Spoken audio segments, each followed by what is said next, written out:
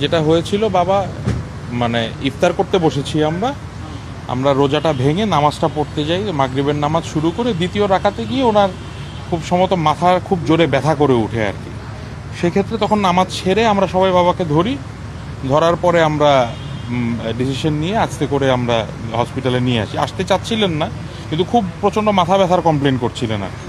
তো এখানে আসার পরে আমাদের শাহাবুদ্দিন আঙ্কেল, ওনার সাথে কথা হলো, উনি পরে বাকিটা ম্যানেজ করলে এবং বাকিটা তো ওনার কাছ থেকে শুনেছেন ইনশাআল্লাহ। এই গরমে আরাম নিয়ে হবে না হাহুতাশ, ঘুরলে পরে ওয়ালটন ফ্যান বাতাস আর বাতাস। সোশ্যাল মিডিয়া এবং বিভিন্ন জায়গায় অনেকভাবে কথা ছড়িয়েছে, আসলে ওই রকম কিছু না।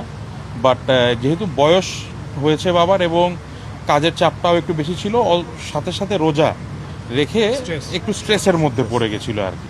তো আলহামদুলিল্লাহ আমি মনে করি বাবা অনেকটা ভালো আছেন এখন, আপনাদের দোয়ায় এবং আল্লাহর অশেষ রহমতে। আপনার সবাই আমার বাবার জন্য দোয়া করবেন।